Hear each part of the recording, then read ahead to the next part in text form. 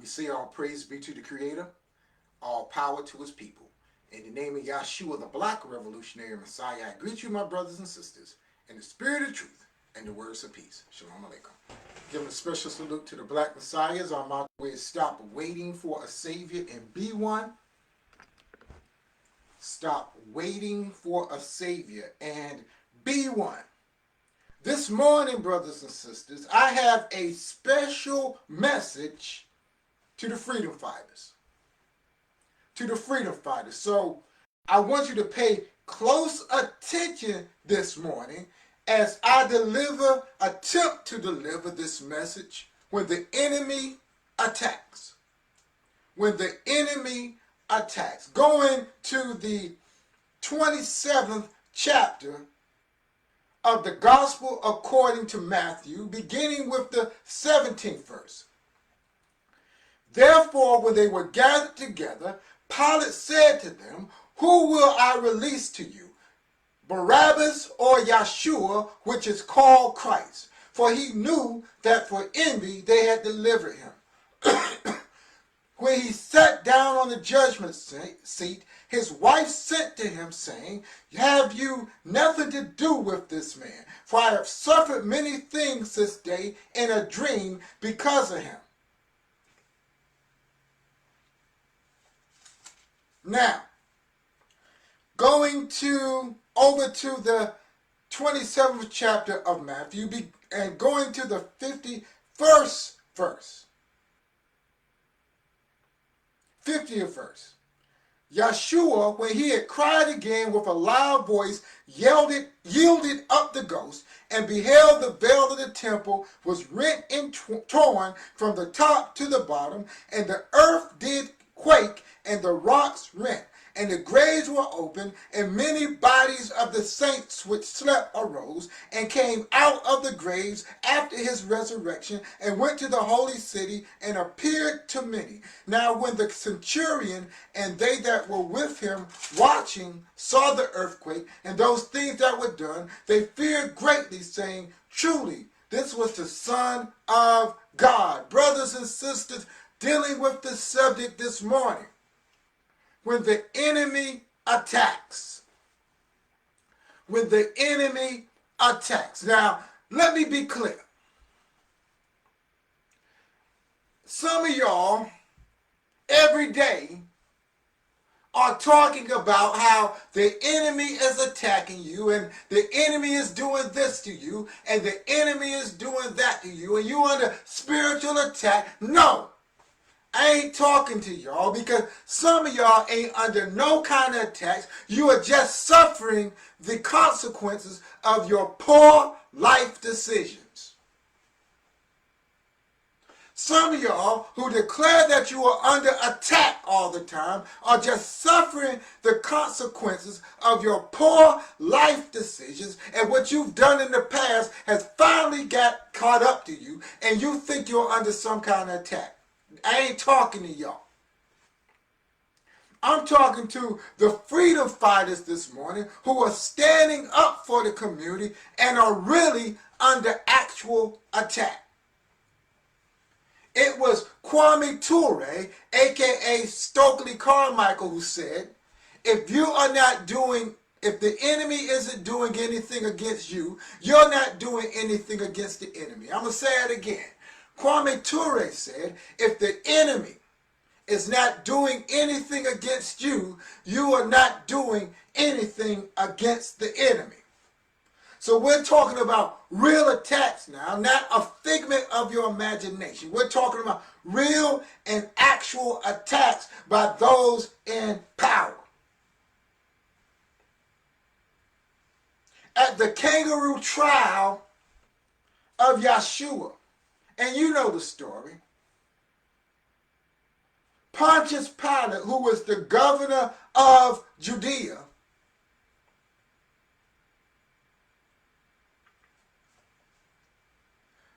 had to hand down the sentence because he was the governor. hand down the execution sentence, whether to send Yeshua to lethal injection, whether to send Yeshua to death by the firing squad, whether to send Yeshua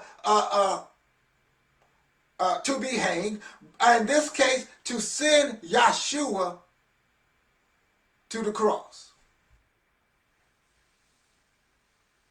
which is the way they crucified, killed rebels under the Roman Empire. See, if you had a minor infraction that only affected the children of Israel, they would not give that to Rome. They would just stone you. The Sanhedrin Council would just stone you and get it over with. But in order to go through all that spectacular, that theatrics of erecting a cross, getting the governor involved, and getting all these Roman soldiers, the centurions involved, you had to be a threat in one way or another against Rome. You had to stir up the people against Rome. Now, Pontius Pilate had to make that call. He knew that the Sanhedrin Council, the priests, the Pharisees and them, had delivered Yeshua to him because they were jealous. And his wife, because of that attack,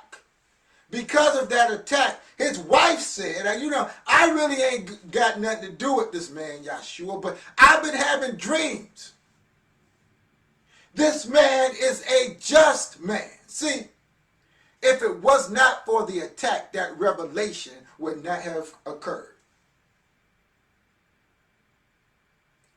That even set off a chain of events that had Pontius Pilate questioning, what has this man done? And you know the story. He washed his hands and said, look, this death ain't on me. That was because of the attack. Now, eventually he caved in because it was the will of the people, and according to law he had to do it. So Yeshua on the cross, when he had given up the ghost, the veil of the temple was rent and torn from the top and the bottom, and the earth did quake. The graves were open. Many saints that slept were arose. We'll go into the meaning of that at another time. But something so spectacular happened that even the Roman soldier, who was over 100 people, a centurion was using over 100 people, and those that were watching saw the earthquake and those things and said, they feared greatly, saying, truly, this was the Son of God. When your enemy attacks you, they may actually be pushing the movement further. They may actually be amplifying your voice, and your voice may be going places where it would not have normally gone if it was not for their attack. So your enemy thinks they are hurting you, when in actuality they are helping you, because it's not about you, it's about the message that you're bringing. That's why when Judas, Yeshua told Judas, he knew Judas would betray him. He told Judas, what you do, do quickly. What you do, do quickly. Get it over with, because it's bigger than me. It's about the message. And if you don't do what you do, I can't fulfill my purpose. Your enemy this morning, brothers and sisters, are really helping you fulfill your divine purpose. Your enemy is really helping you fulfill your divine purpose. purpose. Now, look at the scriptures. Joseph, being attacked by his brothers, elevated him in Egypt, or Kemet, in the Pharaoh's house. It was the attack of a later Pharaoh who knew not Joseph that caused the children of Israel to finally get up off their behinds, get from under Pharaoh, and head to the promised land. It was because an attack that the young man who was with Elijah had his eyes open and he could see the power of the Most High. It was because of an attack that Samson defeated more enemies in death than he did in life. The scriptures are filled with examples how people, when they think they are destroying you, they are actually helping you. That's why Yeshua told them, destroy this temple and it will be rebuilt in 3 days. You can kill the body, but not the soul. You can kill the messenger, but the message will continue. And because of your attack, the message just got strong. Black Messiahs, you know exactly what I'm talking about. If it was not for the attack, the message would not be as strong as it is. Because when people see an unjust attack, even people who don't like you will say, wow, why are they attacking them? They ain't done nothing but try to help people. They ain't doing nothing but trying to see what resources are available in the city. They ain't doing nothing but trying to feed people. They ain't doing nothing but trying to spread knowledge in Durham. Why are they attacking them? What did they do?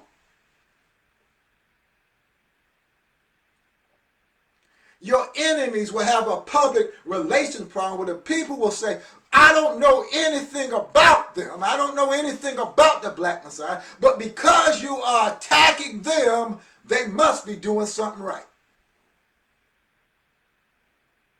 So I'm going to listen to what they're saying, because if you don't like what they're saying, I'm interested in seeing exactly what you scared of. What you scared of. So the attack from your enemy can actually boost your voice. The attack from the enemy can actually help you reach more people than you will automatically would have reached. Everything, brothers and sisters, works for the good of them who love the Lord and are called to his purpose. Everything.